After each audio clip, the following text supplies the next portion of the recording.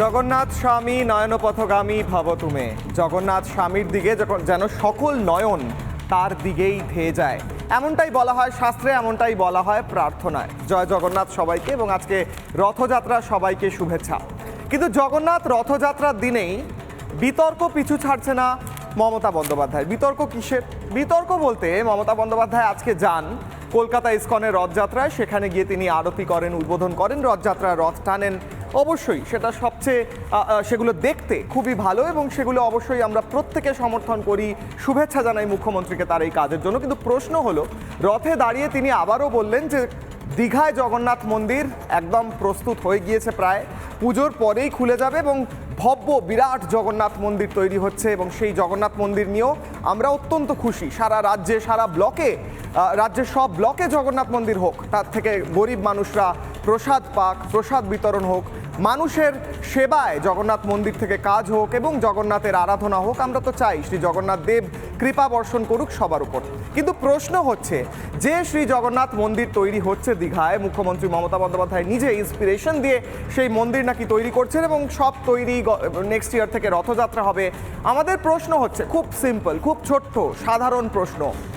এই ইন্ডিজোটের সদস্যরা এবং মুখ্যমন্ত্রী মমতা বন্দ্যোপাধ্যায় সহ তৃণমূলের বহু নেতা বারবার বলেছেন যে রাম মন্দির যখন উদ্বোধন হয়েছিল তা নাকি পলিটিক্যাল গিমিক ছিল, অর্থাৎ রাজনৈতিক একটি অভিসন্ধি নিয়ে রাম মন্দির তৈরি করা হয়েছিল। বিজেপির অভিসন্ধি ছিল যে 2024-এর লোকসভা ইলেকশনের আগে রাম মন্দির উদ্বোধন করার পর সারা দেশের মানুষ তাদের রাম মন্দিরের নামে ভোট দেবে। আমাদের প্রশ্ন হচ্ছে, যদি রাম মন্দির উদ্বোধন করা গিমিক হয়, পলিটিক্যাল হয়, রাজনৈতিক হয়, তাহলে 2026-এর ভোটের আগে জগন্নাথ মন্দির উদ্বোধন করা কেন পলিটিক্যাল নয়, কেন রাজনৈতিক গিমিক নয়, কেন রাজনৈতিক অভিসন্ধিযুক্ত নয়, সেইটা আমাদের প্রশ্ন। তারই সঙ্গে সঙ্গে আমাদের এও প্রশ্ন, খুব ছোট্ট, যেই প্রশ্ন হয়তো আরও বৃহৎ আকারে করা যেতে পারে, যে জগন্নাথ মন্দির হওয়া খুব ভালো, জগন্নাথ মন্দির হওয়াই উচিত, মানুষের সেবা করা উচিত, জগন্নাথের দেবের কৃপায় প্রত্যেকে থাকুক সেই প্রার্থনা করা উচিত। কিন্তু এত টাকা খরচা করে যেখানে জগন্নাথ মন্দির তৈরি হচ্ছে, সেখানে রাজ্যের বাকি পরিষেবা ঠিকঠাক আছে তো? এই সমস্ত প্রশ্ন নিয়ে আজকে জবাব চাই বাংলায় আমরা আপনাদের হয়ে, আমি কিশলয়, জবাব চাইব। তবে সবার আগে দেখব প্রতিবেদন। আমাদের দীঘাতে মন্দিরও তৈরি হয়ে গেছে, কিন্তু একটু কিছু কিছু কাজ বাকি আছে। পুজোর পর ওটা উদ্বোধন করব।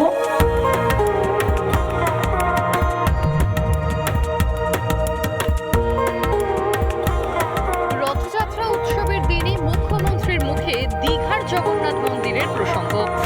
ঘোষণা করলেন পুজোর পরেই খুলে যাবে মন্দিরের দরজা। অথচ এই মমতা বন্দ্যোপাধ্যায় অযোধ্যায় রাম মন্দিরের উদ্বোধন নিয়ে কতই না প্রশ্ন তুলেছিলেন। আমি সেই উৎসবে বিশ্বাস করি যে উৎসব সবাইকে নিয়ে চলে, সবাইকে নিয়ে কথা বলে, একতার কথা বলে। আপনারা করছেন, করুন না, কে আপত্তি করেছে? আপনারা কোর্টের আন্ডারে করছেন, ইলেকশনের আগে একটা গিমিক শো করবেন বলে আমার কোনো আপত্তি নেই তো। শুধু মমতা বা তার দল তৃণমূলই নয়, গোটা ইন্ডি জোটের তীব্র বিরোধিতা করেছিল 22শে জানুয়ারি রামলালার প্রাণ প্রতিষ্ঠার। নরেন্দ্র মোদী ও বিজেপির বিরুদ্ধে ভোট রাজনীতির অভিযোগ তুলে সরব হয়েছিল বিরোধী শিবির। কিন্তু কয়েক মাস পেরোতে না পেরোতে সেই মমতার মুখেই মন্দিরের কথা। আগামী বছর আমাদের দীঘাতে যে পুরীর কায়দায় অনুকরণে একদম সেম হাইটে মন্দিরও তৈরি হয়ে গেছে, কিন্তু একটু কিছু কিছু কাজ বাকি আছে। একেবারে সম্পূর্ণ হলেই তবেই আমরা পুজোর পর ওটা উদ্বোধন করব। আগামী বছর থেকে ওখানেও রথযাত্রা শুরু হবে। রথের রশিতে টান দেওয়ার আগেই মুখ্যমন্ত্রীর সনাতন সংস্কৃতিকে স্মরণ কি 26-এর বিধানসভা ভোটের কথা ভেবে? সবাই মিলে শান্ত থাকুন। আমরা তো ছোট থেকে জগন্নাথ দেবের কথা বলি। গুজরাটের লোকটি তো সবাই জগন্নাথ দেব বলতে শুরু করেছে। যারা ভাবছিলেন যে রামের হাত ধরে বাংলায় বিজেপি তাকে উত্থান ঘটানো হবে, কারণ ধাক্কা খেয়ে গেছেন বুঝতেই পারছেন। কিন্তু অযোধ্যাতেই মুখ থুবড়ে পড়েছে, রামরাজত্বেই মুখ থুবড়ে পড়েছে। ওখানে ধাক্কা খেয়েছে, বাংলাতে যারা এসব ভাবছেন কোনো সুযোগ নেই, বাংলাতেও ধাক্কা খাবেই। জগন্নাথ দেব মুখ্যমন্ত্রীকে আশীর্বাদ করবেন কিনা সেটাই তখন সবচেয়ে বড় বিষয়। তৃণমূল কংগ্রেস এখন মা কালী ছেড়ে জগন্নাথ দেবের উপরে ভরসা করেছে, কিন্তু তৃণমূল কংগ্রেসের ফাইল, তৃণমূল কংগ্রেসের জন্য অ্যাডভোকেটিং কেউ করতে পারবেন না। ওদিকে কালীঘাটের কালীও হাত তুলে নিয়েছেন, আর জগন্নাথ দেব তো বলেই দিয়েছেন যে সম্ভব নয়। তৃণমূলের দাবি তারা নাকি বছর ভরে ধর্মকর্ম করে। তাই যদি হবে তাহলে অযোধ্যায় রাম মন্দিরের উদ্বোধনের সময় কেন খোঁজা হয়েছিল রাজনীতি? নরেন্দ্র মোদী রাম মন্দির উদ্বোধন করলে সেটা রাজনৈতিক উদ্দেশ্য, আর মমতার মন্দির উদ্বোধনে কি রাজনীতি নেই? কেন এই দ্বিচারিতা? তারই জবাব চায় বাংলা। রিপাবলিক বাংলা। নীলাচল নিবাসায় নিত্যায় পরমাত্মনে বলভদ্র সুভদ্রাভ্যাম জগন্নাথায় তে নমঃ। জগন্নাথের প্রণাম মন্ত্রে বলা হচ্ছে নীলাচল পর্বতে তিনি বসেন এবং কৃপা দৃষ্টি প্রদান করেন গোটা জগতের দিকে। অবশ্যই এই রাজ্যে গোটা জগতে প্রত্যেক মানুষের ওপর তার কৃপা দৃষ্টি থাকুক এবং রয়েছে। মমতা বন্দ্যোপাধ্যায় আজকে গেলেন, প্রতি বছর যান, রথের রশিতে টান দেন, এই সব কিছু আমরা বারবার দেখি এবং বারবার মমতা বন্দ্যোপাধ্যায় উল্লেখ করেন, খুব স্পেসিফিক্যালি বারবার বলেন যে তিনি কোন মন্দিরের জন্য কোন কাজটা করেছেন। যেমন তিনি দীঘায় জগন্নাথ মন্দিরের কথা বারবার বলছেন, তারই সঙ্গে সঙ্গে তিনি বারবার বলেন যে তিনি অন্যান্য মন্দির যেমন কালীঘাট মন্দির, দক্ষিণেশ্বর মন্দির ইত্যাদি জায়গায় কি কাজ করেছেন। অনুকূল ঠাকুর তার কাছে জমি চেয়েছিল বলে তিনি জমি দিয়েছেন, এমনটাও মুখ্যমন্ত্রী বলেছেন। ইসকন 500 বছর ধরে জমি চাইছিল, তিনি দিয়েছেন সেই জমি, এমনটাও মুখ্যমন্ত্রী বলেছেন। তো এই সমস্ত কিছু মুখ্যমন্ত্রী যখন বারবার হাইলাইট করছেন, তখন আমাদের খুব সহজ সরল সাধারণ মানের একটি ছোট্ট প্রশ্ন, মুখ্যমন্ত্রী বলছেন এই সমস্ত কিছু তিনি করছেন, তাহলে কি এই সমস্ত কিছু রাজনৈতিক উদ্দেশ্য ছাড়া শুধুমাত্র রাম মন্দিরটাই রাজনৈতিক উদ্দেশ্যে ছিল? বাকি মুখ্যমন্ত্রী যা করছেন তিনি পরম ভক্তি এবং নিষ্ঠার জন্যই করছেন, এতে কোনো রাজনীতি নেই, এমনটাই কি? এই প্রশ্নটা করবো। আমার সঙ্গে এই মুহূর্তে যারা উপস্থিত রয়েছেন, সজল ঘোষ রয়েছেন, বিজেপি মুখপাত্র অনির্বাণ ব্যানার্জি থাকবেন একটু পরে, তৃণমূলের সমর্থন করেন, এবং আইনজীবী দেবাশিস ঘোষ রয়েছেন, রাজনৈতিক বিশ্লেষক অরিত্র দত্ত বণিক রয়েছেন, অভিনেতা স্বামী অম্বিকানন্দ মহারাজ রয়েছেন, প্রতিষ্ঠাতা তিনি বঙ্গীয় হিন্দু সেনার, এবং দেবাশিস চৌধুরী রয়েছেন অধ্যাপক। প্রত্যেকের কাছে আসবো, প্রথমেই যাব সজলবাবুর কাছে। সজলবাবু, মুখ্যমন্ত্রী তো বিরাট জগন্নাথ মন্দির তৈরি করছেন দীঘায়, পুরীর চেয়েও বড় জগন্নাথ মন্দির, তিনি অনুকূল ঠাকুরকেও জমি দিয়ে দিয়েছেন। তো এই সমস্ত কিছুর পর আপনারা তো বিধানসভায় আরও পিছিয়ে পড়বেন বলে মনে হচ্ছে, আপনাদের ভোট ব্যাংকেও তো তৃণমূল হয়তো হাত বসাচ্ছে। না, দেখুন, ভোট ব্যাংক কখনো ধর্মের ভিত্তিতে হোক এটা আমরা কখনোই চাইনি। আচ্ছা, যেটা চেয়েছেন সেটা মুখ্যমন্ত্রী নিজেই চাইছেন আজকে বাংলার। আমার প্রশ্ন হচ্ছে যে আমরা রাম মন্দির করেছি, এতক্ষণ আপনারা বলছিলেন, আমি শুনছিলাম। রাম মন্দির কিন্তু সরকারি টাকায় তৈরি হয়নি। রাম মন্দিরে হিন্দুরা তাদের বিভিন্ন ট্রাস্ট, বিভিন্ন সংগঠন, বিভিন্নভাবে তারা তাদের মন্দির তৈরি করেছেন।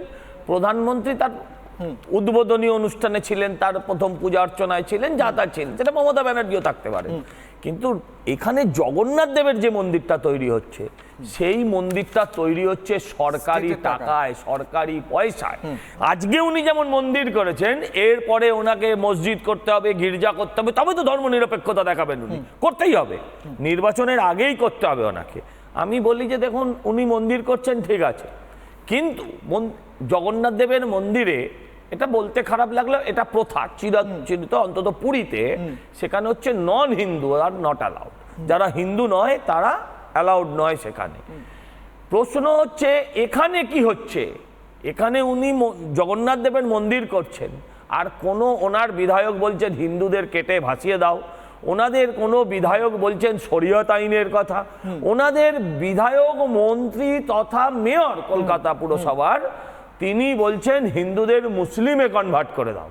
যদি হিন্দুদের তিনি মুসলিমে কনভার্ট করে দেন, বলছেন যারা নন হিন্দু পরিবারে জন্মেছেন তারা দুর্ভাগ্য তাদের, মানে আমি আমার মায়ের গর্ভে জন্মগ্রহণ করেছি, ইভেন মমতা ব্যানার্জিও, সেটা তাদের দুর্ভাগ্য। এই যে ডুয়েল ক্যারেক্টার আপনি বলছেন এই জগন্নাথ মন্দির উনি তৈরি করছেন ভক্তি এবং নিষ্ঠার জন্য নয়, শুধুমাত্র রাজনৈতিক ফায়দা তোলার জন্য, এমনটা বলছেন আপনি? আমি বলছি না, আপনি এটা, আপনারা তো এক্ষুনি ভোট দেখাবেন, আমি তো ভোট দেখে আসিনি, ভোটে জনগণও বলবে তাই।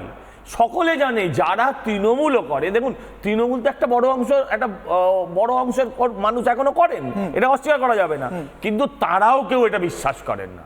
তারা যেমন বিশ্বাস করেন না যে মমতা সাধু, ভাইপো সাধু, তারা এটাও বিশ্বাস করেন না যে ধর্মের রাজনীতি এর ভেতরে নেই। হ্যাঁ, একেবারে শুধু ভক্তিতেই মন্দির তৈরি করেছেন।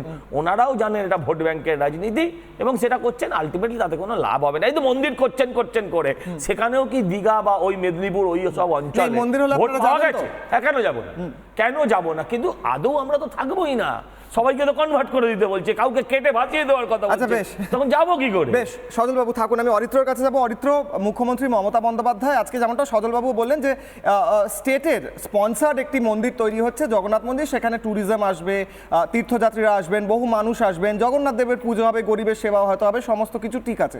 কিন্তু আমার সিম্পল প্রশ্ন, একদম সাধারণ মানের নিম্ন মেধার প্রশ্ন, রাম মন্দির 2024-এর আগে তৈরি হলে সেইটা যদি রাজনৈতিক উদ্দেশ্য প্রণোদিত হয়, তাহলে 2026-এর আগে জগন্নাথ মন্দির কি করে রাজনৈতিক উদ্দেশ্যবিহীন হতে পারে বলে তোমার মনে হয়? বা নাকি সত্যিই সম্পূর্ণ রাজনৈতিক উদ্দেশ্য নিয়েই তৈরি হচ্ছে, আর কোনো উদ্দেশ্যই নেই? দেখুন, একটা রাজ্যের মুখ্যমন্ত্রী বা প্রশাসনিক প্রধান যদি কোনো ধর্মীয় কাজ করেন সরাসরি কোনো পলিটিক্যাল ব্যানারের বা পলিটিক্যাল আমব্রেলার তলায় থেকে, তাহলে সেটা কখনোই রাজনৈতিক উদ্দেশ্য প্রণোদিত নয়। এবার ঘটনা হচ্ছে যে মাননীয় মুখ্যমন্ত্রী যে কাজ করছেন, মুখ্যমন্ত্রী তো কংগ্রেসের শরিক এখন পার্লামেন্টে, তো সেই কংগ্রেস 1976 সালে 42nd অ্যামেন্ডমেন্টের এই 42nd অ্যামেন্ডমেন্ট বা যেটা মিনি কনস্টিটিউশন আমরা বলি, সেইখানে আপনারা দেখবেন যে সেকুলার শব্দটাকে জোড়া হয়েছে। ঠিক। এবার সেকুলার কথার মানে কি? হ্যাঁ, এই যে ইমার্জেন্সির সময় জোড়া হয়েছিল, এখন এই সেকুলার কথাটা আমরা নিয়েছিলাম ওয়েস্টার্ন ফিলোসফি থেকে। ওয়েস্টার্ন ফিলোসফিতে কি হয়েছিল, যে চার্চ দীর্ঘদিন ধরে একটা প্রতিষ্ঠান হিসেবে তারা পলিসি বা গভর্নেন্সে কন্ট্রোল করছিল, সেটা বলা হয়েছিল এখানে করা হবে না, আমরা রিলিজিয়াস ইনস্টিটিউশনকে আলাদা রাখবো আর গভর্নেন্সকে আলাদা রাখবো। কেন আলাদা রাখবো? তার কারণ হচ্ছে ধর্ম প্রত্যেকের প্রাইভেট অ্যাফেয়ার্স আর গভর্নেন্স হচ্ছে একটা পাবলিক অ্যাফেয়ার্স। কিন্তু এখানে আপনি যদি যে অ্যাপ্রোচটা হচ্ছে দীর্ঘদিন ধরে হয়ে আসছে দেখেন, সেটা হচ্ছে পজিটিভ সেকুলারিজমের যে প্রিন্সিপাল আমরা কনস্টিটিউশনে লে ডাউন করেছি তার সাথে বাস্তবের কোনো সম্পর্ক নেই। এবার ঘটনা হচ্ছে যে যদি সত্যি ধর্মীয় প্রতিষ্ঠান করাটা একটা মুখ্যমন্ত্রীর কাজ হয়ে থাকে, তাহলে উনি রাম মন্দিরের বিরোধিতা করেছিলেন, শুধু তাই নয়, মুখে বিরোধিতা করেছেন তাই নয়, উনি যাননি সেটাও নয়, উনি এখানে একটা একতার মিছিল বার করেছিলেন। সেই দিনকেই একটা একতার মিছিল বার করেছিলেন, বলেছিলেন যে এই ধরনের পলিটিক্যাল কাণ্ড হচ্ছে। শুধু তাই নয়, আপনি যদি হাইকোর্টের ডেটাবেস দেখেন, একাধিক মামলা হয়েছিল যে রাম মন্দির বিভিন্ন জায়গায় স্ক্রিনিং করা হবে বলে, সে দেশপ্রিয় পার্ক থেকে বিভিন্ন জায়গায় স্ক্রিনিং করতে দেওয়া হয়নি, রীতিমতো মামলা করে একেবারে আদায় করে নিতে হয়েছে বিভিন্ন সংগঠনকে। তাহলে ঘটনাটা হচ্ছে রাম মন্দির স্ক্রিনিং নিয়ে ওনার মনে হচ্ছে সেটা রাজনৈতিক। তিনি বলেছিলেন এটা শান্তি মিছিল করার প্রয়োজন, কারণ ওখানে নিশ্চয়ই কমিউনাল কাজ হচ্ছে বলেই শান্তি মিছিল করার প্রয়োজন বোধ করেছিলেন উনি। মন্দির উনি কেন করছেন? এবং আরেকটা গুরুত্বপূর্ণ পয়েন্ট আপনাকে এখানে হাইলাইট করে রাখি, যে শুধুমাত্র এই রাজনৈতিক জাতাকলে পড়ে এই দীঘায় যে রাস্তা প্রসার করা হবে তার জন্য প্রায় 500টার উপরে গাছ কাটা হচ্ছে। অনেকেই জানেন না, এটা নিয়ে অনেক জায়গায় কথা হচ্ছে না, যে এত পরিবেশ সচেতনতার গল্প বলে, এনভায়রনমেন্টাল লয়ের কথা বলে, কিন্তু এই মন্দির কেন্দ্রিক রাজনৈতিক পদক্ষেপের জন্যে 500টার উপরে গাছ কাটা হচ্ছে, যেই নিয়ে কোথাও কোনো রকম মুভমেন্টস হচ্ছে না। অথচ শুধুমাত্র এনারা দেখুন, মমতা বন্দ্যোপাধ্যায়ের যে রাজনৈতিক ভিশন সেটা সবসময়ই ভোট কেন্দ্রিক, সেটা কোনোদিনই ছিল না সোশ্যাল আপলিপমেন্টের জন্য। তিনি সবসময় সামনের যে ইলেকশনটা আসছেন সেই ইলেকশনে একটা ছোট ছোট গ্রুপিং করে নেন, যে কোন জায়গায় আমার ভোটটা কম আছে, সেই অডিয়েন্সকে টার্গেট করার জন্য উনি একটা কথা বলেন। ফলে একথা আপনি নিশ্চিত জেনে রাখুন যে জগন্নাথ মন্দির করুন, শ্রী শ্রী লোকনাথের মন্দির করেছেন উনি উত্তর 24 পরগনা, এবং করেছেন উনি যে এত মহানুভব যদি হতেন তাহলে করেছেন চুপ থাকতেন, মঞ্চে উঠে বলতেন না যেটা করে দিলাম সেটা করে দিলাম। এখান থেকে অরিত্র, উনি ফিরিস্তি দেন প্রত্যেকটা সভায় গিয়ে, উনি কি করেছেন একবার শুনেনি অরিত্র? হ্যাঁ, পিসিআর থেকে বলছে একবার শুনেনি, আমরা শুনবো মমতা বন্দ্যোপাধ্যায়ের ফিরিস্তি কোথায় কোন মন্দিরে তিনি ডেভেলপমেন্ট করেছেন, তারপর আসবো বাকিদের কাছে। মমতা বন্দ্যোপাধ্যায়। মায়েশের জগন্নাথ মন্দির, রাধাবল্লভ মন্দির, মাসির বাড়ির উন্নয়ন, বল্লভপুর ঘাট, জগন্নাথ ঘাট জেঠির কাজ, এরকম অনেক কাজ আমরা কিন্তু ইতিমধ্যেই করে দিয়েছি। তাছাড়াও আপনারা শুনলে খুশি হবেন, দীঘার পুরীতে, আপনারা পুরীর মন্দিরে যান তো, উড়িষ্যায়, আপনারা কি জানেন একই উচ্চতা পুরীর মন্দিরের মতো আমরা দীঘাতে একটা জগন্নাথ মন্দির তৈরি করছি। কালীঘাট যান না, কালীঘাট দেখে আসুন কি কাজ হচ্ছে। দক্ষিণেশ্বর গেছেন নতুন হবার পরে, তারাপীঠ গেছেন নতুন হওয়ার পরে, ফুল্লরা গেছেন, সতীপীঠ, কঙ্কালীতলা গেছেন, নন্দিকেশ্বরী গেছেন, অট্টহাস্য গেছেন। বাংলায় কিন্তু সমস্ত সতীপীঠের সমস্ত স্থান। কাজে বাংলার গৌরব, বাংলার গৌরব। আমি অম্বিকানন্দ মহারাজের কাছে যাব। মহারাজ, মমতা বন্দ্যোপাধ্যায় যে জায়গাগুলো প্রশ্ন করলেন, আপনি এখানে গেছেন, আপনি এখানে গেছেন, সেইখানে কি আপনি আদৌ গেছেন? দেখেছেন কি কত উন্নয়ন করেছে মমতা বন্দ্যোপাধ্যায় সেই জায়গাগুলোর? এমনকি অনুকূল ঠাকুরকেও তিনি জমি চাওয়ার পর তিনি দিয়ে দিয়েছেন সেই জমি। তো আপনারা বেকারই এই যে অভিযোগ ওঠে, অনেকেই করেন যে উনি সংখ্যালঘুদের তোষণ করছেন ইত্যাদি, উনি তো মন্দিরের জন্য জান প্রাণ দিয়ে লড়াই করছেন এবং সমস্তটা দিয়ে দিয়েছেন নিজের। কিশলয় মমতা বন্দ্যোপাধ্যায় আগে যে কটা মন্দিরের উন্নয়ন করেছেন বলে দাবি করছেন, সেগুলোর নামগুলো ভালো করে উচ্চারণ করুন না। নান্দিকেশ্বরী বলে তো আমি আমার পিতৃপুরুষের জন্মে কখনো কোনো সতীপীঠ আছে বা কোনো মন্দির আছে শুনিনি। কথাটা নন্দিকেশ্বরী। উনি বারবার, সমস্যা ওনার একটাই, উনি বারবার মিথ্যে কথাটাকে জোর দিয়ে বলেন, সেটাকে জোর দিয়ে বারবার করে বলার চেষ্টা করেন যাতে সেটা সত্যে পরিণত হয়। এটা তো গোয়েবেলসীয় থিওরি। নান্দিকেশ্বরী বলেও কোনো মন্দির নেই, আর অট্টহাস্য বলেও কোনো মন্দির নেই। দুটি সতীপীঠ, নন্দিকেশ্বরী তলা এবং অট্টহাস, এই দুটো মন্দিরের নামটা উনি আগে সঠিকভাবে বলুন। কি উন্নয়ন করেছেন, কি করেননি তারপরের বিষয়। যে অট্টহাসের কথা বলছেন, সেখানে আমার প্রায়শই যাতায়াত আছে। সেখানে এখনও গ্রামের মধ্যে অনেক জায়গাতে বিদ্যুৎ পরিষেবা পৌঁছয়নি। অট্টহাস মন্দির যাওয়ার পথে রাস্তার অবস্থা যথেষ্ট খারাপ এবং গ্রামের সাধারণ মানুষের পানীয় জল পরিষেবার অত্যন্ত দুরবস্থা আছে। একটা সতীপীঠের উন্নয়ন করেছেন কি করেননি, তার সাথে সাথে সতীপীঠ অবধি মানুষ যে পৌঁছবে বা সেই সতীপীঠ লাগোয়া যে মানুষগুলো থাকে তাদের অন্ন বস্ত্র বাসস্থানের ব্যবস্থা কি মমতা বন্দ্যোপাধ্যায় করতে পেরেছেন? পারেননি। এই সব বিষয় নিয়ে বলে কি লাভ? আর দীঘার কথা বলছিলেন, যেটা নিয়ে জগন্নাথ মন্দির হবে, সেখানে কত মানুষ ট্যুরিজম আসবে, কত ভালো হবে, আপনারা কি বিরোধিতা করছেন? দীঘার জগন্নাথ মন্দিরে যদি আপনি আমায় ইন্ডিভিজুয়ালি প্রশ্ন করেন আমি যাব কি যাব না, অবশ্যই যাব। আমি একজন সনাতন হিন্দু ধর্মাবলম্বী মানুষ, হিন্দুত্বের একজন প্রচারক, সেই হিসেবে যে কোনো জায়গায় হিন্দু দেবস্থান সেখানে আমি যাব, যেতে বাধ্য। কিন্তু ওনার কথার মধ্যে একটা সূক্ষ্ম অহং এবং ঔদ্ধত্যের প্রকাশ হয়েছে। উনি পুরীর শ্রীমন্দিরের সাথে উনি দীঘার জগন্নাথ মন্দিরের তুলনা করছেন, যেটা কোনোদিন সম্ভব নয়।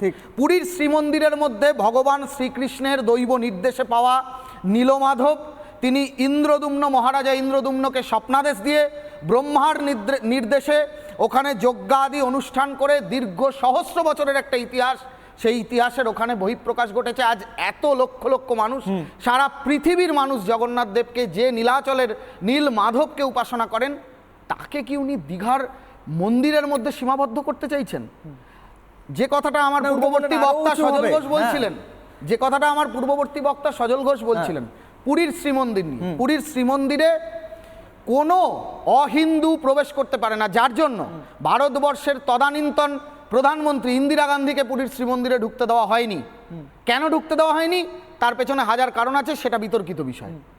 সেই পুরীর শ্রীমন্দির, যেখানে মহারাজা ইন্দ্রদুম্ন ভগবান শ্রীকৃষ্ণের দারুময়ী যে ব্রহ্মবস্তু, যে ব্রহ্মবস্তু 12 বছর 13 বছর কিংবা 14 বছর পরে, নির্দিষ্ট সময়ের পরে প্রাণ রূপে সেখানে নবকলেবরের মাধ্যমে প্রতিষ্ঠা করা হয়, মমতা বন্দ্যোপাধ্যায় কি সেই জগন্নাথ মন্দিরের অনুকরণ করতে পারেন কখনো? ওখানে সাক্ষাৎ ব্রহ্মবস্তু ভগবান জগন্নাথ, ভগবান শ্রীকৃষ্ণের দারু রূপী ব্রহ্মবস্তু বিদ্যমান, সেটাকে দীঘার মন্দিরে কখনো আনা সম্ভব নয়, কখনোই আনা সম্ভব। বেশ, মহারাজ আপনি সঙ্গে থাকুন, আমি একটা বাইট শোনাবো এই মুহূর্তে। মমতা বন্দ্যোপাধ্যায় রাম মন্দিরে যখন প্রতিষ্ঠা হচ্ছে, প্রধানমন্ত্রী নরেন্দ্র মোদী যখন রাম মন্দিরের প্রতিষ্ঠা করলেন, তখন মমতা বন্দ্যোপাধ্যায় কি বলেছিলেন সেটা শোনাবো। তারপর শোনাবো মমতা বন্দ্যোপাধ্যায় আজ জগন্নাথ মন্দির নিয়ে কি বললেন। দুটো পরপর বাইট শোনাবো, তারপর আসবো অনির্বাণ বাবুর কাছে। দুটো বাইট, মমতা বন্দ্যোপাধ্যায়, রাম মন্দির এবং জগন্নাথ মন্দির, শুনুন। কালকে আমায় জিজ্ঞেস করছিল রাম মন্দির নিয়ে আপনার কি বক্তব্য, যেন আর কোনো কাজ নেই, একটাই কাজ। আমি বললাম ধর্ম যার যার নিজের, উৎসব কিন্তু সবার। আমি সেই উৎসবে বিশ্বাস করি যে উৎসব সবাইকে নিয়ে চলে, সবাইকে নিয়ে কথা বলে, একতার কথা বলে। আপনারা করছেন, করুন না, কে আপত্তি করেছে? আপনারা কোর্টের আন্ডারে করছেন, ইলেকশনের আগে একটা গিমিক শো করবেন বলে, আমার কোনো আপত্তি নেই তো। কিন্তু তাই বলে অন্য সম্প্রদায়ের মানুষকে অবহেলা করা এটা কারো কাজ নয়। তৃণমূল কংগ্রেস যতদিন থাকবে, তৃণমূল কংগ্রেসের সরকার যতদিন থাকবে, আমি আপনাদের কাছে ওয়াদা করে যাচ্ছি, আমি আপনাদের কাছে শপথ করে যাচ্ছি, আমি আপনাদের ঈশ্বরের শপথ করে বলছি, আল্লাহর কসম খেয়ে বলছি, মনে রাখবেন আমি কোনো দিনও হিন্দু মুসলমান শিখ খ্রিস্টান তপশিলি আদিবাসীদের ভাগাভাগি করতে দেব না। আগামী বছর আমাদের দীঘাতে যে পুরীর কায়দায় অনুকরণে একদম সেম হাইটে আরো বড় করে জায়গাগুলো, মন্দিরের হাইট এক, ঠাকুরটা আমাদের মার্বেলের, আর ঠাকুর তৈরিও হয়ে গেছে, রথও তৈরি হয়ে গেছে, মন্দিরও তৈরি হয়ে গেছে, কিন্তু একটু কিছু কিছু কাজ বাকি আছে। একেবারে সম্পূর্ণ হলেই তবেই আমরা পুজোর পর ওটা উদ্বোধন করব। আগামী বছর থেকে ওখানেও রথযাত্রা শুরু হবে এবং উপলব্ধি করবেন যে এই কাজটা এত তাড়াতাড়ি আমরা কি করে করলাম। আমি আজকে বুড়াল ভাইকে অভিনন্দন জানাচ্ছি, তিনি আদ্যাপীঠের কায়দায় একটা বড় মন্দির আলিপুরদুয়ারে আজকের এই শুভ দিনে উদ্বোধন করার সুযোগ আমায় দিয়েছেন, নিজেও উপস্থিত থেকেছেন। অনির্বাণবাবু যুক্ত হয়েছেন আমাদের সঙ্গে, আইনজীবী এবং তৃণমূলকে সমর্থন করে থাকেন। অনির্বাণবাবু, খুব সাধারণ একটা প্রশ্ন, খুব সিম্পল প্রশ্ন, এবং আমি রিকোয়েস্ট করব, আমি জানি আপনি খুব লজিক্যাল একটা অ্যান্সার দিন আমায়। রাম মন্দির 2024 ভোটের আগে উদ্বোধন হলো, সেইটা রাজনৈতিক গিমিক। 2026 ভোটের আগে জগন্নাথ মন্দির উদ্বোধন হচ্ছে, সেটা কেন রাজনৈতিক গিমিক নয়? কেন? জগন্নাথ মন্দিরটা কবে উদ্বোধন হচ্ছে? এই বছরের শেষে উদ্বোধন হবে। আচ্ছা, এই বছরের শেষটা 2026-এর আগে? 2026-এর আগেই তো, পরে আগে হলো। আচ্ছা, মানে 2024টা হচ্ছে 2026-এর ঠিক আগে, মানে 2025টা হাওয়া হয়ে গেছে। মানে আপনি বলছেন 2025-এ হলে তবে আগে হতো, 2024-এর শেষে হলে সেটা আগে নয়। আমি বলছি জগন্নাথ মন্দির উদ্বোধন নেই, আমি তো মেনে নিলাম, কি অসুবিধা? জগন্নাথ মন্দির 2024-এর শেষে উদ্বোধন হচ্ছে, 2026-এর শুরুর দিকে ইলেকশন। আপনার কাছে আমার প্রশ্ন, জগন্নাথ মন্দির উদ্বোধন পলিটিক্যাল নয়, রাম মন্দির উদ্বোধন পলিটিক্যাল, এই দ্বিচারিতা আপনার মনে হয় এটা দ্বিচারিতা না? দ্বিচারিতা না হলে আপনি লজিক দিন কেন নয়? গোটা প্রশ্নের একটা নাম বলে উত্তরটা দিয়ে দেওয়া যায়, নামটা হচ্ছে অবধেশ প্রসাদ। এর বেশি কিছু বলার প্রয়োজন পড়ে না, যারা জানেন নামটা কি। রাম মন্দিরকে কেন্দ্র করে বিজেপির যে রাজনীতি, সংঘ পরিবারের যে রাজনীতি, তা অন্তত ভোট বাক্সে যেভাবে মুখ থুবড়ে পড়েছে, খোদ অযোধ্যা যে সংসদীয় ক্ষেত্রের মধ্যে পড়েছে ফৈজাবাদে, তারপরে তারা যে রাম মন্দিরকে কেন্দ্র করে রাজনীতি এবং অপরাজনীতি করার চেষ্টা করেছিল, তার বোধহয় নতুন করে জবাব আমার দেওয়ার খুব প্রয়োজন নেই। অযোধ্যার মানুষ, ফৈজাবাদের মানুষ, উত্তরপ্রদেশের মানুষ এবং গোটা ভারতের মানুষ সেটা এক প্রকার দিয়ে দিয়েছেন। দ্বিতীয়ত, রাম মন্দির আলাদা করে শুধুমাত্র একটি মন্দির, তার নির্মাণ, সেখানে গিয়ে মানুষ পুজো করছেন ইত্যাদি ভক্তি প্রদর্শন করছেন, সেটা নিয়ে কোনো সমস্যা থাকতো না যদি না এই অযোধ্যার রাম মন্দিরকে কেন্দ্র করে আরএসএস বিজেপির সুদীর্ঘ একটি তথাকথিত আন্দোলন, যা কিনা প্রতিক্রিয়াশীল আন্দোলন বলে অনেকে বলে থাকেন, একটি 500 বছরের পুরনো মসজিদকে গুড়িয়ে দেওয়া, তারপরে তার ঘাত প্রতিঘাত হিসেবে একাধিক দাঙ্গা, তারপরে তার সূত্র ধরে কাশী, মথুরা ইত্যাদি জায়গায় নতুন করে সাম্প্রদায়িক উত্তেজনা তৈরি করার চেষ্টা, এই গোটা যদি সিরিজটা না থাকতো তাহলে রাম মন্দির শুধুমাত্র আরেকটা মন্দির যেখানে মানুষ ভক্তির প্রদর্শন করতে যান সেটা হয়েই থেকে যেত। কিন্তু সেটা যে থাকেনি সেটা আমরা সবাই জানি। যে রাম মন্দির তড়িঘড়ি উদ্বোধন করতে গিয়ে শুধুমাত্র যে পুরীর শঙ্করাচার্য, একাধিক হিন্দু যারা গুরু, তারা যে আপত্তি জানিয়েছিলেন তাই নয়, সেখানকার যে নির্মাণ তা সেই ফেটে গিয়ে চুয়ে জল পড়ছে, সামনে রাস্তা একাধিকবার ধসে যাচ্ছে, এবং সেটা গঠন করতে গিয়ে বহু বাড়ি, বহু পুরনো মন্দির অবধি ধ্বংস করা হয়েছে বলে অভিযোগ, এবং মানুষ যারা সেখানে বঞ্চিত হয়েছেন তারা কোনো ক্ষতিপূরণ পাননি। এই গোটা সিরিজটার সঙ্গে, সিকোয়েন্সটার সঙ্গে আপনি পুরীতে যেটা আমাদের দীঘাতে যেটা হচ্ছে তার সম্পর্ক আপনি খুঁজে পাবেন না। এই কারণে এইখানে কোনো 500 বছরের পুরনো মসজিদ বা যে কোনো হিস্টোরিক্যাল মনুমেন্ট ধ্বংস করে এই মন্দির তৈরি তৈরি হচ্ছে না, বেশ। কোনো সাম্প্রদায়িক উত্তেজনা এর ফলে কোথাও ঘটেনি, একটি মানুষের গায়ে কোথাও হাত পড়েনি, এবং কোনোভাবেই এইটাকে কেন্দ্র করে হাজার হাজার মন্দির গুড়িয়ে দেওয়া এরকম কোনো ঘটনা ঘটেনি। বেশ। এটা বেনারসেও ঘটেছে। এখানে উপস্থিত যারা রয়েছেন আরএসএস এর তরফ থেকে তারাও আমার সঙ্গে অন্তত এটুকু একমত হবেন যে বেনারসে স্রেফ নরেন্দ্র মোদীর গুণকীর্তন করতে গিয়ে বেশ, অনির্বাণ যে বাবু, পরিমাণ হ্যাঁ। পুরনো মন্দির ধ্বংস হয়েছে বুঝলাম। এটা বোধ করি সনাতনী হিসেবে ঠিক, আপনারা মেনে ঠিক, নিতে আপনার পারবেন না। হ্যাঁ সম্পূর্ণ প্রত্যেকটা পয়েন্ট নিলাম। আমার ছোট্ট একটু সংযোজন, সেটা হলো অযোধ্যায় রাজনৈতিকভাবে বিজেপির হেরে যাওয়া, আমি অ্যাজ আ থার্ড পার্সন বাইরে থেকে পলিটিক্যাল স্পেকটেটর হিসেবে বলছি, হেরে যাওয়া যদি সম্পূর্ণ আন্দোলনটাকে বৃথা করে দেয়, তাহলে নন্দীগ্রামে মমতা বন্দ্যোপাধ্যায়ের হেরে যাওয়াও মমতা বন্দ্যোপাধ্যায়ের নন্দীগ্রামের আন্দোলনকে বৃথা করে দেয়, সেই লজিক হিসেবে। আমি ফিরবো আপনার কাছে এর উত্তর নিতে। আমি যাব, এই মুহূর্তে আমার সঙ্গে রয়েছেন দেবাশিস চৌধুরী অধ্যাপক। আমি আপনাকে প্রশ্ন করব, এক হচ্ছে যেটা বলছিলেন অনির্বাণ বাবু যে অযোধ্যায় তো বিজেপি হেরে গেল, তাহলে রাম মন্দিরের টোটাল যে উদ্দেশ্যটা ছিল সেইটা অযোধ্যার মানুষ মেনে নিল না, সেটা প্রমাণিত হয়ে গেল। এক নম্বর উনি উত্তর দিলেন, সেইটার উত্তরে আপনি কি বলবেন? আর দ্বিতীয় আমার পার্সোনাল প্রশ্ন, আবারও সেম সিম্পল প্রশ্ন, রাম মন্দির ভোটের আগে উদ্বোধন হলে সেটা যদি পলিটিক্যাল হয়, 2026 ভোটের আগে, এক বছর আগে যদি জগন্নাথ মন্দির উদ্বোধন হয় দীঘায়, তাহলে কেন সেটা পলিটিক্যাল নয়? দুটো প্রশ্ন আপনার কাছে, বলুন।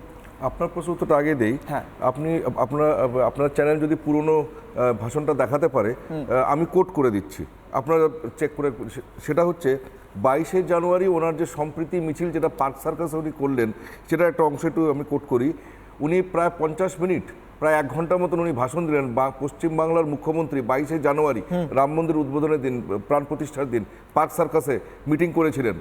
সেই মিটিংটা পশ্চিমবাংলার মুখ্যমন্ত্রী প্রায় 1 ঘন্টা হিন্দি উর্দু মেশানো একটা অবাঙালি ভাষায় উনি ভাষণ দিয়েছেন। 1 ঘন্টা বাংলা ভাষায় দেননি, পুরোটাই উনি উর্দু হিন্দি মিশিয়ে করেছেন, কোনো অসুবিধা নেই।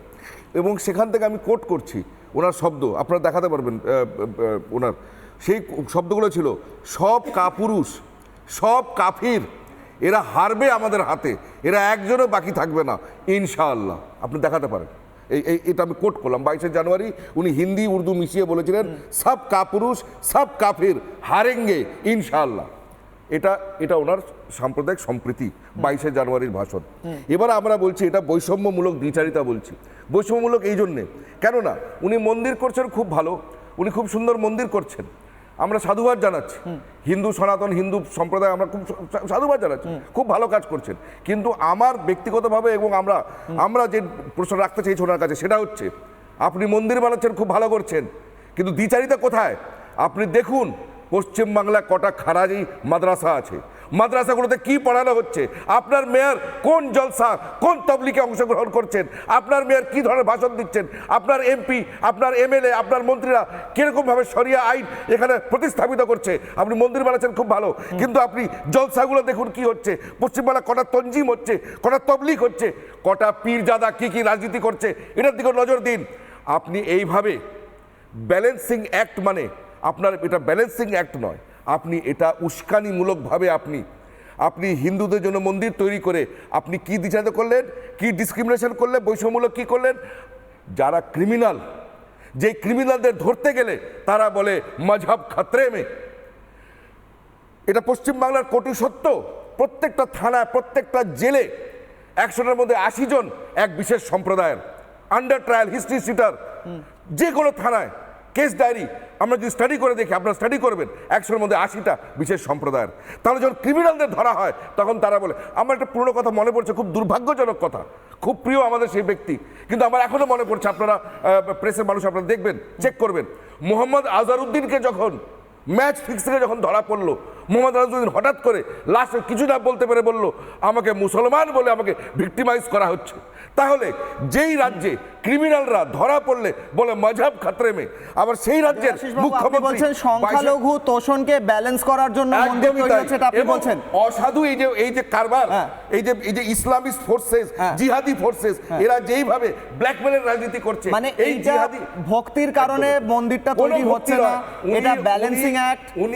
উনি ইনডাইরেক্টলি উনি জিহাদি ফোর্সেসদের স্ট্রেংথেন করার জন্য এগুলো করছেন, এ আমাদের অভিযোগ। বেশ, আমি দ্রুত সজলদার কাছে আসবো, 30 সেকেন্ডে বলুন, তারপর আমি ওনারা বলে নিন, আমি পরে একটু সময় দিই। আচ্ছা বেশ, আমি যাব দেবাশিস বাবুর কাছে। দেবাশিস বাবু, আপনি এই মুহূর্তে দাঁড়িয়ে, আমি খুব সিম্পল একটা প্রশ্ন দেবাশিস বাবু, সাধারণ মানুষ এই রাজ্যে যারা বসবাস করেন, যারা মন্দিরে যেতে পারেন, যে কোনো জায়গায় ধর্মীয় স্থানে যেতে পারেন, মসজিদে যেতে পারেন, কিন্তু আমার কাছে প্রশ্ন হচ্ছে এই দ্বিচারিতাটা, যেটা একটু আগে আমি দু তরফ থেকে উত্তর পাওয়ার চেষ্টা করছিলাম, কিন্তু আমার কাছে একটা স্পষ্ট জিনিস, স্পষ্ট চোখের সামনে যেটা আমি দেখতে পাচ্ছি সাধারণ বুদ্ধি দিয়ে, তাহলে যেটা যদি বারবার একটা মন্দিরে যদি আমি তৈরি করে দিই কিছু একটা, সেটা যদি বারবার আমি ক্যামেরার সামনে বলি, তাতে কোনো কারণ ছাড়া বলছি এটা হতে পারে না। আমরা যদি ভক্তির আউট অফ ডিভোশন আমি করে থাকি, তাহলে আমি সেটা বলবো কেন? আর আমি যদি করে থাকি কোনো কারণবশত, সেই কারণটা একমাত্র পলিটিক্যালি হতে পারে, কারণ আমি পরের বার আবার ভোটে লড়বো। তো এই পুরো জিনিসটাই, মন্দির তৈরি থেকে মন্দির কোথায় কি করেছি, ফিরিস্তি ইত্যাদি, আপনার কি মনে হয় পুরোটা রাজনৈতিক উদ্দেশ্য প্রণীত এবং এর পিছনে আর কোনো উদ্দেশ্য নেই? একেবারে ঠিক বলছেন আপনি, পুরোটাই রাজনৈতিক মানে অভিসন্ধি রয়েছে এর পিছনে, আর অন্য কোনো উদ্দেশ্য নেই। এবং এর পিছনে যুক্তি আছে, কিছু যুক্তিটা খুব সহজ সরল, সেটা সাধারণ মানুষ বুঝবে। দেখুন, মমতা ব্যানার্জির তো কমিউনিজমকে সাপোর্ট করা বা আরএসএস বিজেপিকে থেকে আদর্শ অনুপ্রাণিত হওয়ার কোনো কারণ ঘটেনি, কিন্তু ওনার সুবিধা এটা, যেহেতু ওনার নিজস্ব কোনো সেরকম আদর্শ বা ওইরকম কিছু নেই, তার ফলে উনি কিছুটা কমিউনিজম, কিছুটা আরএসএস সব মিলিয়ে একটা যাদের যেটুকু ওনার জন্য দরকার সেটাকে উনি অ্যাকসেপ্ট করার চেষ্টা করেন বা সেটাকে নিয়ে কাজ করার চেষ্টা করেন। মানে উনি এটা জিনিস, উনি তো বোঝেন রাজনীতিটা, উনি এটা দেখেছেন যে বিন্দু থেকে বিজেপি কীভাবে সিন্ধু হয়েছে। মানে 2014 সালে 282, 2000, তারপরে 19 সালে 303 এবং এখন 240, এবং এই যে রসায়ন, এই রসায়নের পিছনে এই ধর্মটা বিশাল বড় কাজ করেছে।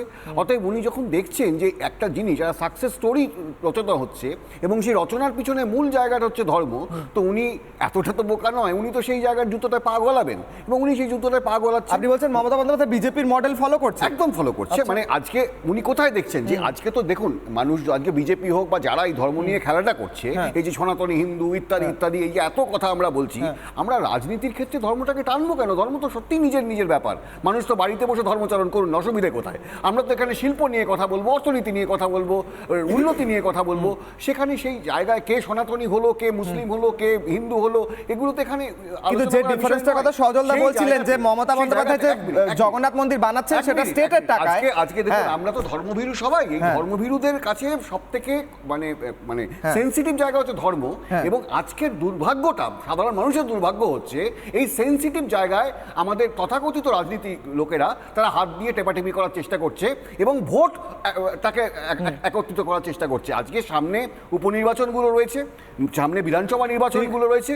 মমতা ব্যানার্জি রিয়েলাইজ করেছে যে কোনোভাবে এতদিন বিজেপি যেটা করতে পারেনি, আস্তে আস্তে বিজেপির ভোটটা বেড়ে যাচ্ছে এবং সেই জায়গায় দাঁড়িয়ে হিন্দু যে ভোটটা, সেই ভোটটাকে আবার একত্রিত করতে হবে। তো একদিকে হয়তো ওনার ববি হাকিম, মানে ওনার বলরাম যিনি, তিনি হয়তো মুসলিম ভোটটাকে একত্রিত করার চেষ্টা করছেন বিভিন্ন কথাবার্তা বলে, এবং আজকে উনি চেষ্টা করছেন যে হিন্দু ভোটটাকে একত্রিত করা, কারণ তাহলে দুটো জায়গা থেকে ওনার জায়গাটা ঠিক জানাবে।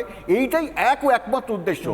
আজকে আপনি বলছিলেন কাকে যেন জমি দিয়ে দিয়েছে, কি অনুকূল ঠাকুর না কাকে, উনি কোনো শিল্পপতিদের জমিদার নেই।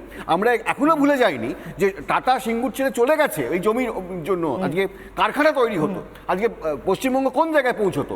অনুকূল ঠাকুরকে জমি দিতে ওনার কোনো জমি শিল্প নীতিতে আটকাচ্ছে, কোনো জায়গায় জমিতে আটকাচ্ছে না, কিন্তু শিল্পপতিদের জমি দিতে গিয়ে ওনার আটকে যাচ্ছে। তার মানে কি?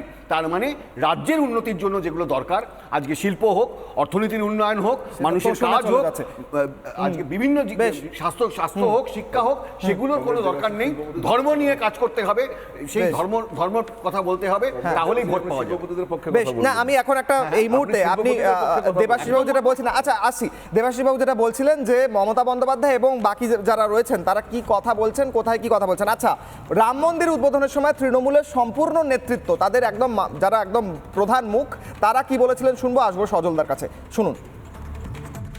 সরকার নিজে গিয়ে এই প্রাণ প্রতিষ্ঠা করছে, এটা একটা অদ্ভুত ব্যাপার। তাকে একটা মন্দির নির্মাণ করে সেটাকে রাজনীতির মধ্যে ঢুকিয়ে দেওয়া, বিজেপির হাতে তো এছাড়া কিছু নেই, কারণ সে কোনো ডেভেলপমেন্ট দেয়নি সারা ভারতবর্ষ জুড়ে। রাজনীতির জায়গায় সমাজনীতি বা ধর্ম তার আলাদা জায়গায়, ধর্মকে ব্যবহার করে রাজনৈতিক ফায়দা লোটার যে চেষ্টা কেন্দ্রীয় সরকার করছেন এবং অশুভ সময়ে অসমাপ্ত দেবস্থানে ওখানে রামলালাকে প্রতিষ্ঠা করার চেষ্টা করছেন, সেটা অধার্মিক। ওরা বলেছে রামকে বাড়ি দিচ্ছে, এত ক্ষমতা আমরা রামকে বাড়ি দিতে পারছি? মানে রাম বোধহয় বিপিএল, তাই না? আমরা বিপিএল এর কার্ডে যেমন বাড়ি দিচ্ছি, রামকেও আমরা বিপিএল এর কার্ডে বাড়ি দিচ্ছি। মন্দির বানান তাতে অসুবিধা নেই, কিন্তু যুবকরা বুঝতে পারছে যে এতগুলো মন্দির হচ্ছে নিশ্চয়ই আমাদের বাটি ধরে মন্দিরের সিঁড়িতে বসতে হবে, সেই জন্যই তৈরি হচ্ছে। কারণ চাকরি নেই তো, পড়াশোনা নেই, কি আছে, শিক্ষা নেই। সজলদা, মুখ্যমন্ত্রী মমতা বন্দ্যোপাধ্যায় তিনি দীঘায় মন্দির তৈরি করলেন, তিনি ইসকনকে জমি দিয়েছেন। তিনি বলেন ইসকন 500 বছর ধরে জমি চাইছিল, 1966 সালে ইসকন তৈরি হয়। কত বছর আগে? 1966 সালে তৈরি হয়, 500 বছর আগে। যাই হোক, উনি জমি দিয়েছেন ইত্যাদি। না, আমার 1000 কিলোর বাচ্চা মনে করো এটা ভুলি না। আমার প্রশ্ন হচ্ছে সজলদা, সিম্পল প্রশ্ন। এখানে আমি শুনছিলাম তৃণমূল নেতৃত্ব বলছিলেন যে রাম কি বিপিএল, তাকে বাড়ি দেওয়ার কি প্রয়োজন আছে? মুখ্যমন্ত্রী মমতা বন্দ্যোপাধ্যায় আজ বলে দেন যে মার্বেলের জগন্নাথ বলদেব সুভদ্রা রেডি আছে এবং যে কোনো সময় প্রতিষ্ঠা হয়ে যাবে। দেখুন, প্রথম কথা বলি, ওনার এই প্রতিষ্ঠার পেছনে বক ধার্মিক রাজনীতি কাজ করতে পারে, ধার্মিক কোনো বা ধর্মীয় কোনো ভক্তি ওখানে কাজ করছে না। আর দ্বিতীয় বলি, আমরা নিশ্চয়ই যাব, বাংলার মানুষ যাবে, কিন্তু আমি যদি ভাবি এই মন্দির পুরীর জগন্নাথ মন্দিরকে চালিয়ে যাবে, তাহলে বলি কপি মাল সেরমভাবে পৃথিবীতে কখনোই চলেনি। হ্যাঁ, উনি আদ্যাপীঠের অনুকরণে আলিপুরে করেছেন, চলেছে। আচ্ছা, তাজমহলের অনুকরণে কোনো আর এক মোগল একটা ব্ল্যাক তাজমহল করেছিল, আপনারা জানেন? কেউ জানে না। ইকো পার্কেও তাজমহল বলছি, জানা না, সেটাও কি দেখতে গেছে লোকে? ওগুলো আমি যাচ্ছি না। মমতা ব্যানার্জি সত্যি একজন মানে সত্যিকারের একজন অপরচুনিস্ট মানুষ।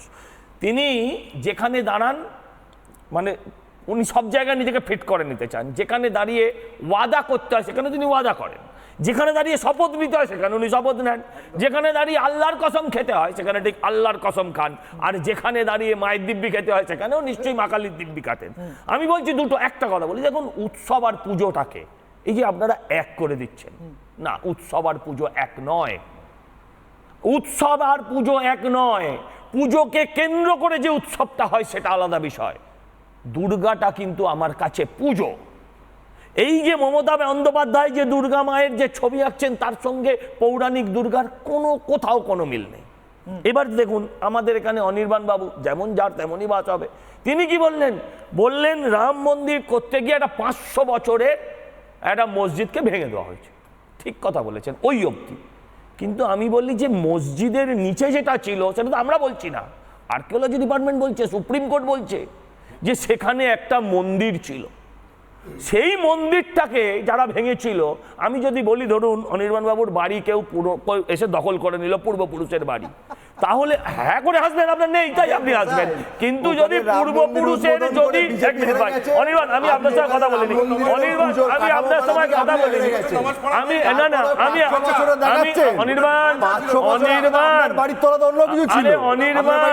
অনির্বাণ আমি আরেকটা কথা বলি, অনির্বাণ আমি একটা কথা বলি, আমি একটা কথা বলি, আমি 500 বছর আগে কে ভেঙেছিল এইটা যদি যুক্তি হয়, 500 বছর আগে আপনার বাড়ির তলাতে কে থাকতো? ডাইনোসর থাকতো? তাহলে আপনি বাইরে ছেড়ে দিন, ডাইনোসর নিয়ে আসি দুটো, চলো হবে তো? ডাইনোসর নিয়ে আসুন। না না, আচ্ছা ঠিক আছে, না না, প্রথম আগে বাড়িটা না না, আমি একটা কথা বলছি, আমি একটা কথা বলছি, অনির্বাণ ডাইনোসরে চলে গেছে বলছে দুটো ডাইনোসর নিয়ে আসবে। দুটো ডাইনোসর কাকে কাকে নিয়ে আসবে? পিসিআর ভাইপো কিনা আমি কি করে বলবো? আমি একটা কথা বলছি, আমার প্রশ্ন হচ্ছে অনির্বাণ, আমি আপনার সময় কথা বলি, হ্যাঁ বলুন। আমার যেটা বলার বক্তব্য হচ্ছে যে সেখানে আমার পুরাতাত্ত্বিক জিনিস আমার পাওয়া গেছিল বলে সুপ্রিম কোর্ট আমাকে রায় দিয়েছে। উনি কি সুপ্রিম কোর্টের ওপরে? আমি সেটা জানতে চাই।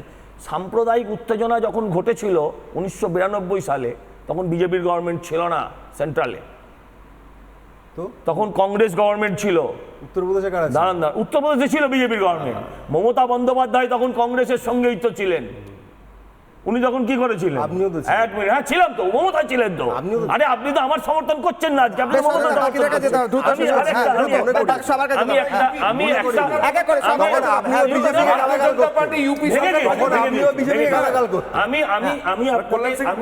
শুধু একটা কথা বলি, ছেড়ে দিন মন্দির মসজিদ। ববি হাকিম যে কথাগুলো বলেছে, মুর্শিদাবাদের এমএলএ যে কথাগুলো বলেছে, হ্যাঁ চোপড়ার এমএলএ যে কথাগুলো, আপনি জানেন সে কথাগুলো নাকি রিপিট করবো? ভরত আপনার মুর্শিদাবাদের এমএলএ বলেছে হিন্দুদের কেটে ভাগীরথীর জলে ভাসিয়ে দেবে। দাঁড়ান, হ্যাঁ এই দেখান দেখান ও দেখিনি। চোপ এক মিনিট। আচ্ছা ববি হাকিমেরটা দেখেছেন? আচ্ছা ছেড়ে দিন না, ববি হাকিমেরটা দেখেছেন? ববি হাকিমেরটা দেখেছেন? আপনি যেটা বলছেন এখনই দেখাতে পারবো। অনির্বাণ দা, অনির্বাণ বাবু, আচ্ছা এক মিনিট, আপনি বলেছেন সেটাই হতে হবে, কিন্তু কি হতে হবে যেটা আপনি বললেন অনির্বাণ বাবু কি বলেছিলেন? অনির্বাণ বাবু কি বলেছিলেন? না সেটা নয়, কি গড়াবো বেচাবো আমরা জানি। আরে কি গড়াবো বেচাবো? আচ্ছা আপনি আছেন ববি হাকিমেরটা শুনেছেন? ববি হাকিমেরটা শুনেছেন? না না দাঁড়ান না, তারা দুর্ভাগ্য। আপনার মাকে জিজ্ঞাসা করুন, আপনি বাড়িতে গিয়ে আপনার গুরুজনদের জিজ্ঞাসা করুন যে তারা এরকম বলেছে। আপনি শুনেছেন ওটা? আপনার শঙ্করাচার্যকে মানে বলুন। আরে পুরী শঙ্করাচার্য আমি 5টা ছবি দেখাবো। অনির্বাণ বাবু এক মিনিট, অনির্বাণ বাবু এক মিনিট, আমি আসি সবাইকে audio down, audio down, audio down, audio down. এই মুহূর্তে 5টা ছবি দেখাবো, 5টা ছবি দেখাবো, এক মিনিট, 5টা ছবি দেখাবো। জগন্নাথ মন্দির প্রতিষ্ঠা হচ্ছে এই রাজ্যে, খুব ভালো কথা। দীঘায় জগন্নাথ মন্দির হবে, আমরা সবাই যাব। কয়েকটা ছবি দেখাবো, এটা নতুন কিছু নয়, এই রাজ্যেরও খুব মহৎ কোনো কাজ নয়। জগন্নাথ মন্দির গোটা বিশ্বে কিভাবে সমাদৃত জগন্নাথ রথযাত্রা আমি 5টা ছবিতে দেখাচ্ছি। ঠিক মধ্যিখানে দেখা যাচ্ছে পাকিস্তান, ইসকনের জগন্নাথ রথযাত্রা, পাকিস্তানের জগন্নাথ রথযাত্রা হচ্ছে। হাঙ্গেরির ছবি দেখাচ্ছি ওপরের বাঁদিকে, যেখানে শিবরাম স্বামী মহারাজ তিনি রাস্তা ঝাড় দিচ্ছেন, ছেঁড়া পাওয়ারা করছেন, সেখানে জগন্নাথ রথযাত্রা হচ্ছে। ডান দিকের কোণে বাংলাদেশে হচ্ছে, নিচের কোণে নেপালে হচ্ছে, এবং ডান দিকের নিচের দিকে কোণে নিউ ইয়র্কেও জগন্নাথ রথযাত্রা হচ্ছে। এই 5টা ছবি থেকে বারবার এটা প্রমাণিত হয় জগন্নাথ জগতের নাথ, নীলাচল নিবাসায় নিত্যায় পরমাত্মা, তিনি নিত্য। তাকে আলাদা করে প্রতিষ্ঠা করে কেউ যদি ক্রেডিট পেতে চায়, জগন্নাথ নিজে ওয়েল প্রতিষ্ঠিত, তিনি যথেষ্ট গোটা বিশ্বে সমাদৃত প্রতিষ্ঠিত, তাকে আলাদা করে প্রতিষ্ঠা করে ক্রেডিট পেতে হয় না। ফিরবো আলোচনায়, দ্রুত সবার কাছে উত্তর নেব। দেবাশিস বাবু দ্রুত উত্তর, 30 সেকেন্ডে, খুব কম সময় আছে, প্রত্যেকের কাছে যাবো। দেবাশিস বাবু, জগন্নাথ মন্দির আলাদা করে প্রতিষ্ঠা করে ক্রেডিট নেওয়ার মতো কিছু বিশেষ প্রয়োজন আছে না? জগন্নাথ মন্দির না হলেও জগন্নাথ যথেষ্ট সমাদৃত, পলিটিক্যাল মাইলেজের জন্য তাকে ব্যবহার করার কোনো প্রয়োজন নেই। আমি এবং আমরা আবার বলছি এটা একদম নক্কারজনক ওনার একটা পদক্ষেপ, কারণ উনি এটার আড়ালে ইসলামিস্ট ফোর্সেস, জিহাদি ফোর্সেসকে যে উস্কানিমূলক ওনার যে নীতি চলছে, স্টেট পলিসি, এই রাজ্যের যে পলিসি উস্কানিমূলক জিহাদি ফোর্সেসকে স্ট্রেংথেন করার, শক্তিশালী করার, সেটার জন্য একটা ক্যামোফ্লাজ, অসাধু প্রয়াস, হিন্দুদের একটা ছলনা হিন্দুদের প্রতি। এই মন্দিরকে আমরা সাধুবাদ জানাচ্ছি, এই মন্দিরে সমস্ত সনাতনীরা যাবে, আমাদের উপাস্য ভগবান দেবতা, আমরা পুজো অর্চনা করব। কিন্তু এর পেছনে যে ওনার যে অসাধু রাজনীতি, সেটা মারাত্মকভাবে ওটা মারাত্মকভাবে ক্ষতিকর পশ্চিমবাংলার জন্য। বেশ অরিত্র, 30 সেকেন্ড, মানে একদম শেষ রাউন্ডে বক্তব্য নিচ্ছে। আমার কথা হচ্ছে জগন্নাথ মন্দির প্রতিষ্ঠা হলো, সেখানে কিছু উন্নয়ন হবে অবশ্যই, কিন্তু আলটিমেটলি পলিটিক্যাল মাইলেজ গেইন করে সেখান থেকে আদৌ কিছু পাওয়া যাবে বলে তোমার মনে হয়, নাকি দিস উইল ফেল? দেখুন, সনাতন ধর্মের নতুন করে প্রতিষ্ঠা করা বিজেপি বা তৃণমূলকে করলো কি করলো না, তার সাথে সনাতন ধর্মাবলম্বী মানুষদের কিছু এসে যায় না। ধর্ম দীর্ঘ বছর ধরে আছে, মানুষ তার নিজ নিজ দেবতাকে উপাসনা করেছেন, আগেও করেছেন, আগামীতেও করবেন। এখানে যেটা করছে, আমরা ধর্মকে যে জায়গা থেকে দেখছি, ডিসিপ্লিন হিসাবে দেখছি, উনি কিন্তু সেই জায়গা থেকে দেখছেন না, উনি ব্যাপারটাকে বিজনেসের পয়েন্ট অফ ভিউ থেকে দেখছেন। সেই কারণে উনি বলেছেন যে দীঘারটা কী হয়েছে, আমারটা আরও বড় করে করব।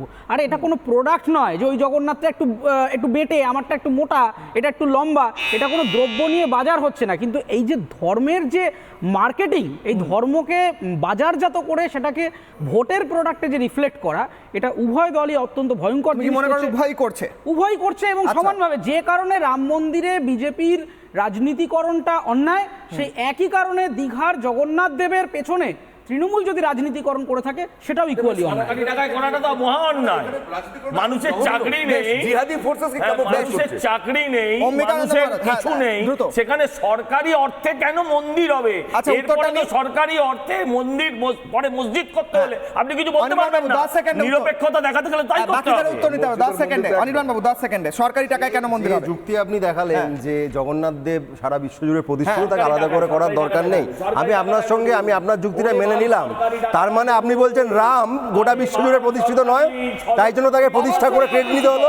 তাহলে সেটাও অন্যায় হয়েছে, তাহলে সেটা অন্যায় হয়েছে। রাম মন্দির রাম জন্মভূমিতে প্রতিষ্ঠিত হয়েছে, রাম মন্দির রাম জন্মভূমিতে প্রতিষ্ঠিত হয়েছে, সেইটার সঙ্গে দীঘা, কলকাতা, মেচেদা, ইসলামপুর তার আগে প্রতিষ্ঠিত ছিল না। রাম মন্দির ছিল ওখানে, রাম জন্মভূমিতে রাম মন্দির ছিল, অন্য কোথাও নেই। রাম মন্দির রাম জন্মভূমিতে ছিল, রাম জন্মভূমিতে রাম মন্দির ছিল, রাম মন্দির রাম জন্মভূমিতে ঐতিহ্যপূর্ণ ইতিহাস আছে।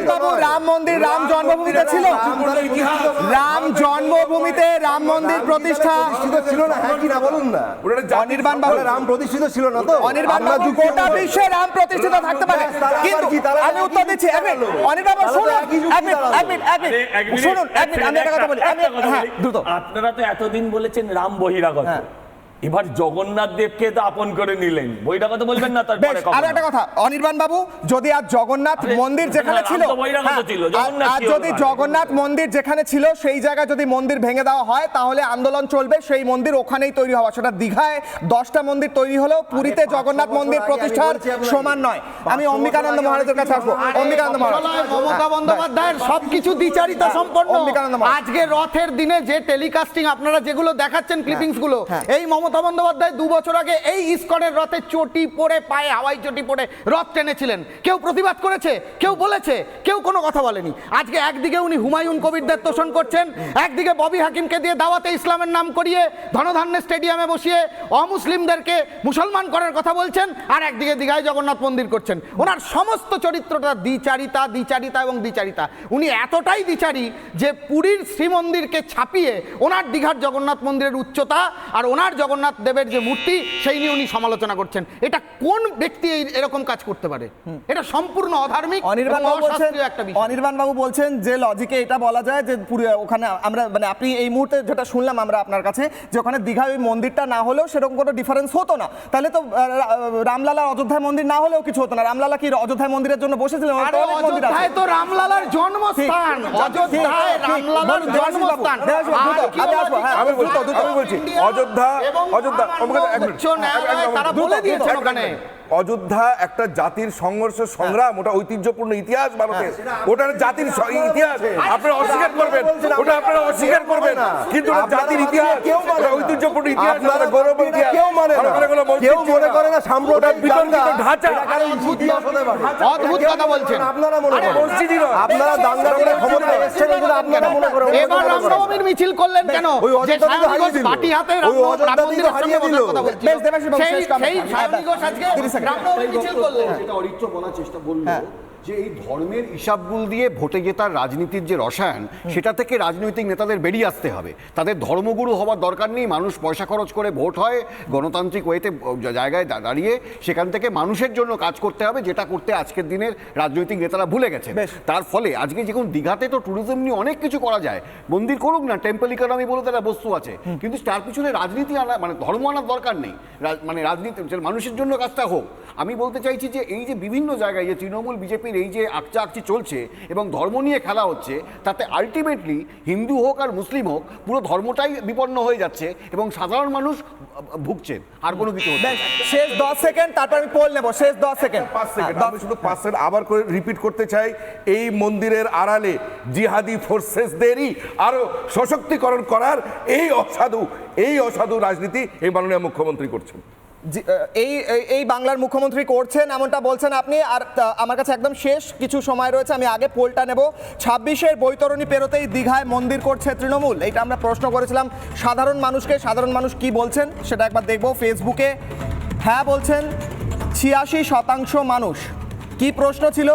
26-এর অর্থাৎ বিধানসভা ভোটের বৈতরণী পার করতে শ্রী জগন্নাথের চরণ ধরেছেন মমতা বন্দ্যোপাধ্যায়, এই প্রশ্ন ছিল। ফেসবুকে হ্যাঁ বলছেন 86%, না বলছেন 14%। ইউটিউবে দেখব, ইউটিউবে এই মুহূর্তে পোল রেজাল্ট কি আসছে, সাধারণ মানুষ কি বলছেন, আপনারা কি বলছেন। হ্যাঁ বলছেন 91%, না বলছেন 9%। এক্স হ্যান্ডেলে এর পরের পোল ইউটিউব দেখলাম, এক্স হ্যান্ডেলে হ্যাঁ বলছেন 79%, না বলছেন 21% মানুষ। মানুষের পোল। আমি শেষ হাত তুলছিলেন একদম শেষ মুহূর্তে সজলদা, আপনার কাছে 10 সেকেন্ড দেবো, তারপর আমাকে শেষ করতে হবে। আর সবাই 10 সেকেন্ড। সজল একটা সহজ সরল কথা আছে যে আমরা ধর্মে যারা বিশ্বাস করি যে যার ধর্ম পালন করবে, কিন্তু সরকার ধর্ম নিরপেক্ষ চরিত্রের হবে। সরকার সরকারি টাকায় তার যে সরকারি ধর্ম সেটা পালন করুক, সরকারকে মন্দির মসজিদ করতে হবে না। মমতা বন্দ্যোপাধ্যায় যদি মনে করেন তিনি হিন্দু, তিনি একটা মন্দির নিশ্চয়ই করতে পারেন, সরকারি টাকায় হোক। এটা একজন বিজেপি কর্মী। 5 সেকেন্ডে। আচ্ছা, ট্রাস্টের যে টাকায় রাম মন্দির তৈরি হয়েছে এবং সেখানে সরকার যে টাকা অ্যালট করেছে রাস্তাঘাট করার জন্য, সেই রাস্তা বারবার ধসে যাচ্ছে, যে রাস্তা নাকি গুজরাটের এই মুহূর্তে শেষ করতে হবে। এই বিতর্ক চলবে, ব্যাস শেষ হচ্ছে। বেশ, শেষে আমি এইটাই বলবো, জগন্নাথ মন্দির দীঘায় তৈরি হচ্ছে, খুব সাধু উদ্যোগ। আমরা প্রত্যেকে যাব, সেই উদ্যোগে যাব, সেখানে মন্দিরে দর্শন করব। জগন্নাথ সবার উপর কৃপা করুন।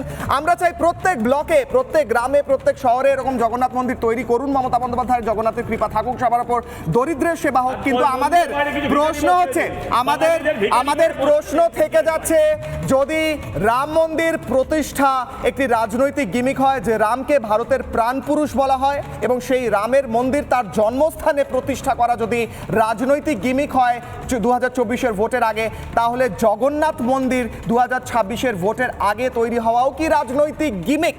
আপনারা ভাবুন, আমরাও ভাবছি। ফিরে আসছে একটা ছোট্ট বিরতির পর।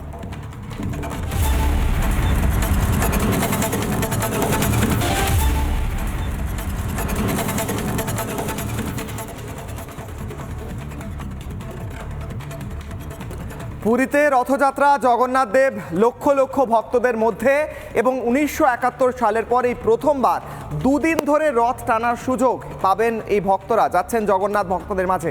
কেন দুদিন ধরে রথ টানার সুযোগ, এবং তারই সঙ্গে সঙ্গে আরও অনেক তথ্য, অনেক বিশদ ইনফরমেশন নিয়ে আসছে সন্তু এবং বিশাখা। দেখুন বাংলার প্রাইম টাইম, একটা ছোট্ট বিরতির পর দেখতে থাকুন রিপাবলিক বাংলা।